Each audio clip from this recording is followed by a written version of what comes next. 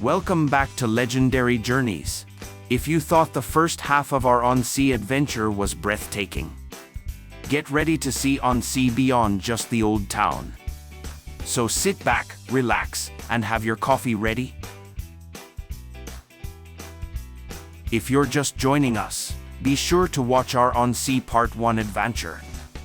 In our first Annecy chapter, we unveiled the stunning Venice of the Alps, a true French fairy tale nestled beneath the majestic Alps. We dove deep into the city's epic history, tracing its story from Neolithic stilt houses and its Roman roots all the way to its pivotal role as the center of the Catholic Counter-Reformation, earning it the nickname the Rome of the Alps. We then walked the heart of its old town, exploring the architectural secrets of the iconic Palais de l'Isle, the medieval triangular fortress that served for centuries as a brutal prison. We also revealed the surprising historical of the romantic Pont de Amours. And for the ultimate trip planning, we shared our complete travel guide with all the essential logistics, including the best seasons to visit, suggested itineraries, as well as a mouth-watering rundown of the must-try Savoyard dishes like tartiflette and raclette. Haven't seen Part 1 yet? Make sure to watch it right here.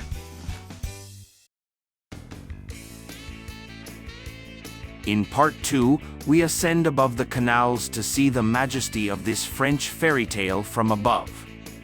We hike up the hill to explore the magnificent Chateau d'Annecy, the historic residence of the Counts of Geneva, and soak in the breathtaking panoramic views of the entire old town below. Next, we will dive into the stunning, crystal-clear waters of Lac d'Annecy, one of the cleanest lakes in the world. We'll show you the best lake activities, from cycling the perimeter to boat cruises, and delve into its history. Finally, we take a short, 20-minute drive to visit the real-life Disney castle. We will explore the spectacular Château de Menthon-Saint-Bernard, a medieval fortress that looks straight out of a fairy tale, and learn its history and its connection to the famous Saint Bernard dogs. Let's witness the true scope of the French Alps surrounding Annecy, capturing the magnificent views that define this region. We put so much time and passion into this series for you. If you are enjoying the journey, please subscribe to support us and don't miss our next adventure. Make sure to watch Part 2 until the end to fully capture the true beauty and charm of this French fairy tale as well as alpine majesty.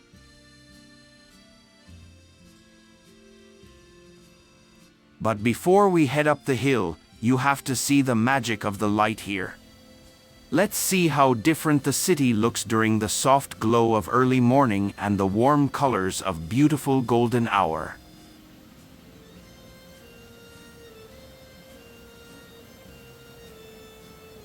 The city transforms completely depending on the light. Early morning in Annecy offers a serene and mystical experience. The canals are often mirror smooth, the air is crisp, and the soft, cool light allows you to capture the architecture and water with incredible clarity and zero crowds. It's the perfect time to photograph the Palais de l'Isle and the canals without shadows, capturing the peaceful, medieval spirit of the city before it wakes up.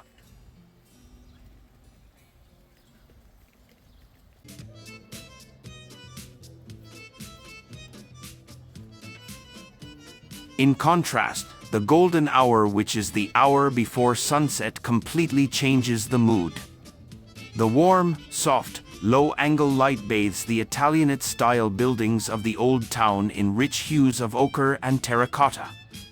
The light reflects brilliantly off the canals, and the scene becomes vibrant and romantic, especially around the Pont de Amours and the Chateau d'Annecy, creating those intense, colorful reflections that Annecy is famous for.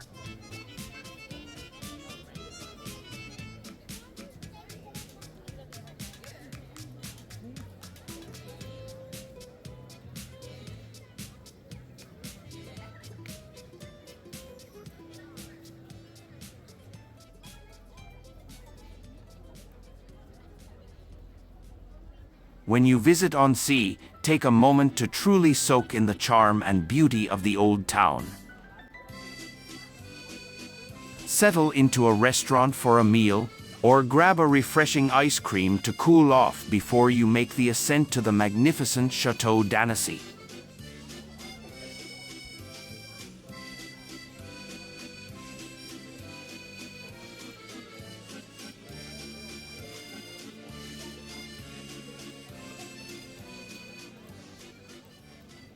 High above the crystal-clear waters of Lake Annecy, where the Alps meet the sky, stands a castle that has watched centuries pass in silence. This is Château d'Annecy. It is a fortress, a residence, and a witness to power, war, decline, and rebirth. Below it, a town of canals and pastel houses glows in the sunlight, the Venice of the Alps. Above it, mountains rise like ancient guardians. This castle doesn't just sit on the skyline, it defines it. Annecy is famous today for its beauty, but in the 12th century, it was a strategic crossroads linking France, Switzerland, and Italy. The castle was built here for one reason: control. The Counts of Geneva needed a stronghold that was defensible and intimidating, and by 1219, after being expelled from Geneva by the Prince Bishop, they made this their official home. If you look closely at the Queen's Tower, you're seeing the oldest surviving part of the structure. Its walls are a staggering 4 meters thick, originally designed to guard the route between Geneva and Italy. It wasn't built for comfort, it was a military machine designed to endure the harshest sieges. But the story shifted in 1401 when the House of Savoy purchased the region. Under their rule, the grim fortress began to soften into a princely residence. In 1445, the Logis Perrier was added for administrative offices, and by the 16th century, the Logis Nemours brought the elegance of the Renaissance to the Alps. With large windows and graceful turrets inspired by the chateaux of the Loire Valley, the castle became a seat of prestige. Its great hall hosted lavish feasts for French kings like Henri IV and Louis XIII. However, history is rarely a straight line of progress. By the 17th century, the nobility moved out, and the castle fell into a long, slow decline. During the Franco-Savoyard War in 1630, it was captured by French forces, and eventually, it was stripped of its royal status to be used as a military barracks. It survived the French Revolution and both World Wars, but by 1947, it was a ruin. In a forgotten chapter of its history, the castle became a refuge for hundreds of homeless residents during a regional housing crisis. It was a fading shadow of a royal past, drifting toward a point of no return. Until in 1953, the town of Annecy stepped in to save its icon. After a massive restoration, it was declared a monument historique and opened as a museum. Today, you don't just visit the castle, you walk through the layers of its life. Inside, the Museum of Alpine Popular Art showcases regional traditions, while the Alpine Lakes Regional Observatory explores the deep ecology and archaeology of the lake itself. And then, there's the view. From the castle walls, you get a breathtaking panoramic view of the orange rooftops and the sparkling blue lake. This view hasn't changed in hundreds of years. Stand here long enough, and it's easy to imagine medieval guards watching the same horizon, waiting. Château d'Annecy is no longer a fortress of war. It is a reminder of how power fades, how places adapt to survive, and how history, when protected, continues to speak. As evening settles and the stones glow in the warm light, the castle remains exactly where it has been for 900 years. Watching, remembering, enduring.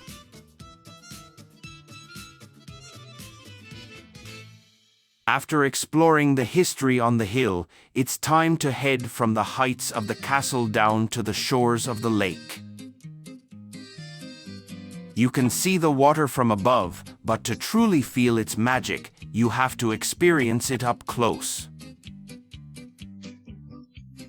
Let's go discover why this is one of the cleanest and most beautiful lakes in the world.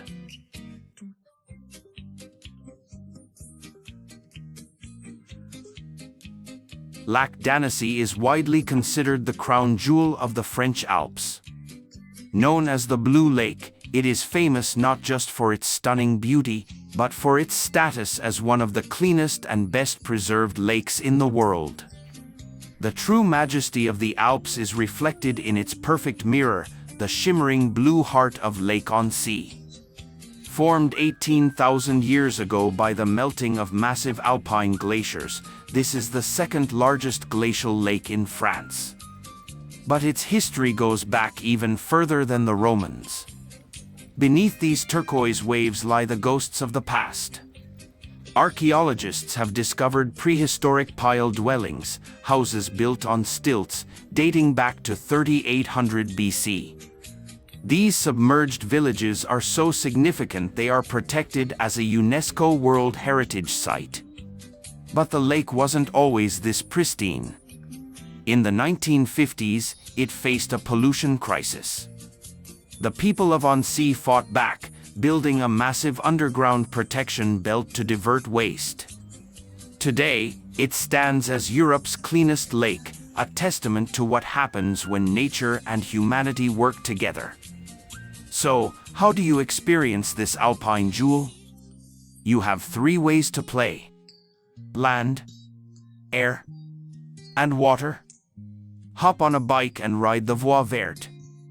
It's a 42-kilometer paved path that circles almost the entire lake. It follows an old railway line, offering flat, easy riding with the most incredible views of the mountains.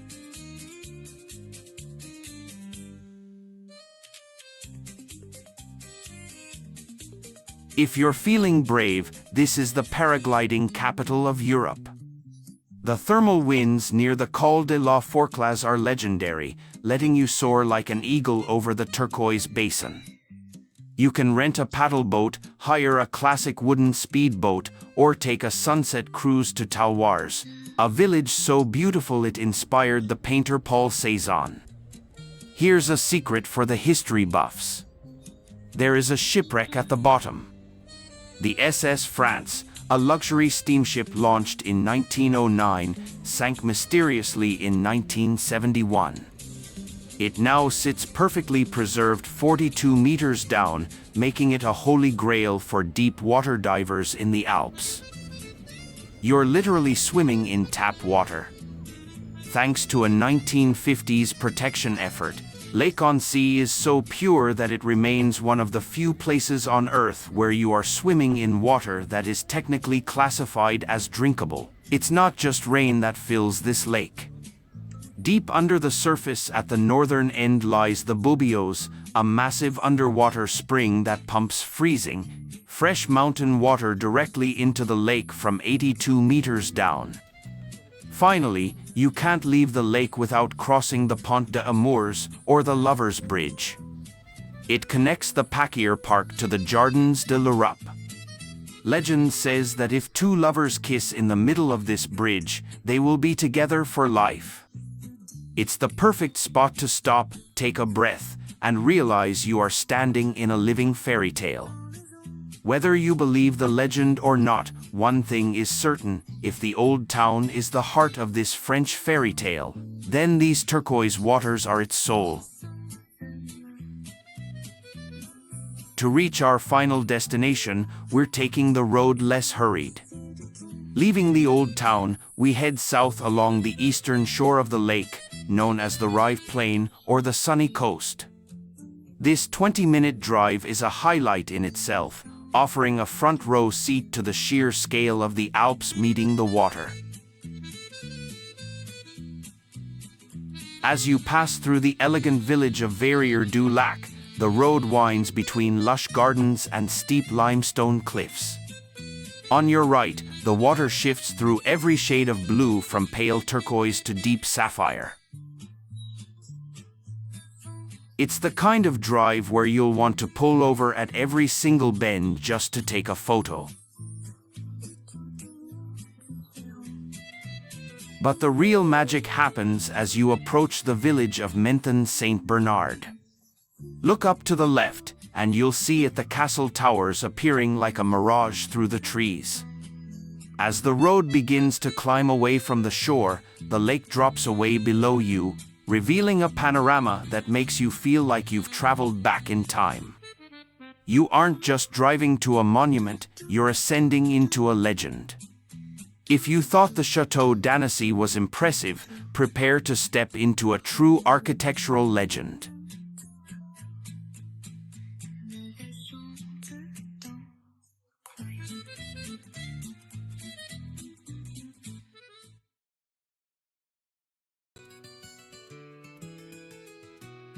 Perched on a 200-meter-high rocky spur, the Château de Menthon-Saint-Bernard looks like it was plucked straight from the pages of a medieval storybook. But here is the truly legendary part: this castle has been owned by the same family for over 1,000 years. Since the 11th century, the Menthon family has called this fortress home. And they still live here today.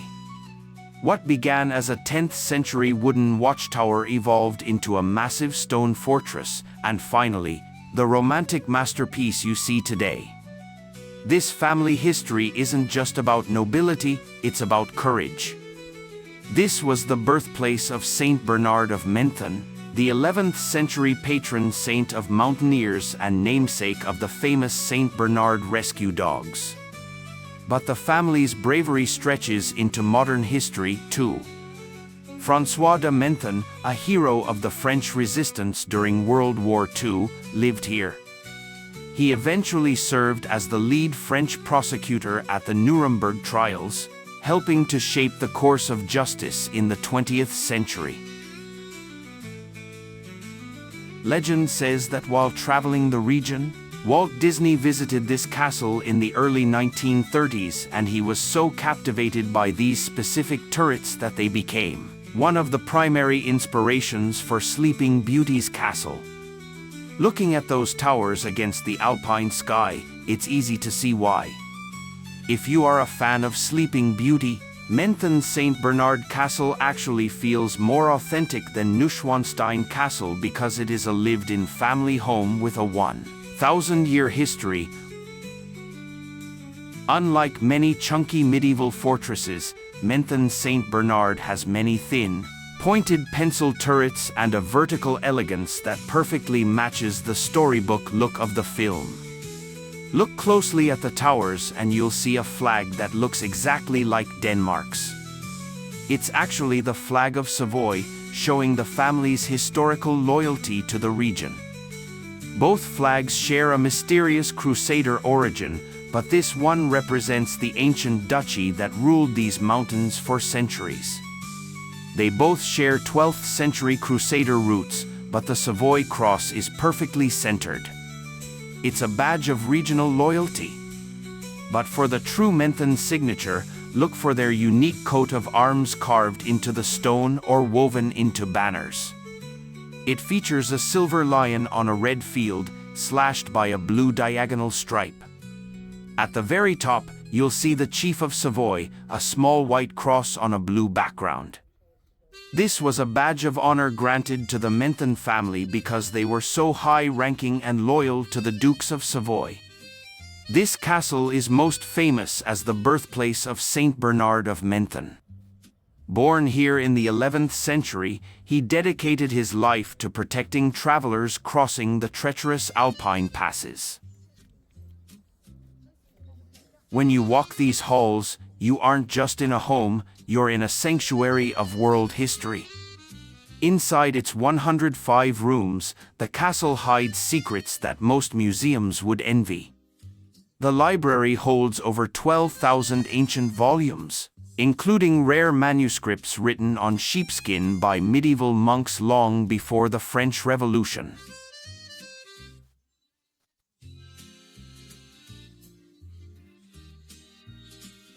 The medieval kitchen is a highlight for any visitor. It features a massive walk-in fireplace and an ingenious 15-meter-long pass-through. This was a secret tunnel used to slide hot meals directly from the kitchen to the dining room, an 800-year-old version of room service.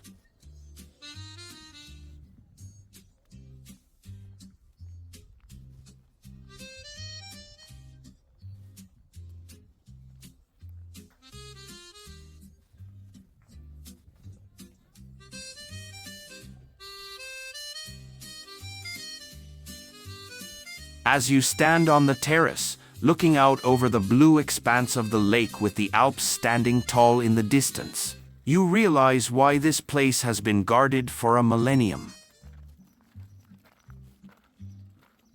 And yes, this is where the legend of the Saint Bernard rescue dogs begins. These gentle giants were named in his honor by the monks who used them to find travelers lost in the snow. The most famous of these dogs was named Barry. Between 1800 and 1812, this single dog saved 40 lives, including a young boy he carried out of an ice cave on his back. To this day, the monks always keep one dog named Barry at the hospice in his honor. But here's a legendary reality check. You've probably seen the cartoons of these dogs carrying small barrels of brandy around their necks. It's a charming image, but it's actually a total myth. It was started by a 17-year-old artist named Edwin Landseer in 1820. He added the barrel to a painting to make it look more iconic, and the world loved it so much that the myth stuck for 2 centuries. In reality, alcohol would have made a freezing traveler lose heat faster. These dogs didn't carry booze, they carried enough body heat to keep a person alive until help arrived. The only thing these dogs ever carried was hope. Their real legacy isn't a barrel, it's the 2,500 lives they've pulled from the snow. Discovering the true stories behind these legends is why we do what we do. We put so much time and passion into this series for you. If you are enjoying the journey, please subscribe to support us so you don't miss our next adventure.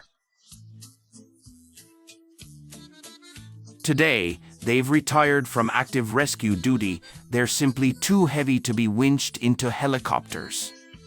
But as they roam the summer paths of the Alps, they remain a living connection to Saint Bernard of Menthon and a reminder that even in the harshest environments, a little warmth and loyalty go a long way. It is the perfect final stop to capture the majesty, beauty, and true charm of our Annecy adventure. Annecy is a place that truly feels like it's been pulled from the pages of a storybook. From the medieval heart of Chateau d'Annecy to the turquoise waters of the cleanest lake in Europe, this journey through the Haute-Savoie has been unforgettable. But standing here at the Château de Menthon-Saint-Bernard, you really feel that 1,000-year history come to life. It's the perfect end to our time in Annecy. If you enjoyed this 2-part series, let us know your favorite spot in the comments. Was it the lake or the castles? We've loved sharing this part of France with you. If you missed part 1 where we explored the canals of the old town, make sure to check that out next. Until then, keep exploring, and we'll see you on the next legendary journey.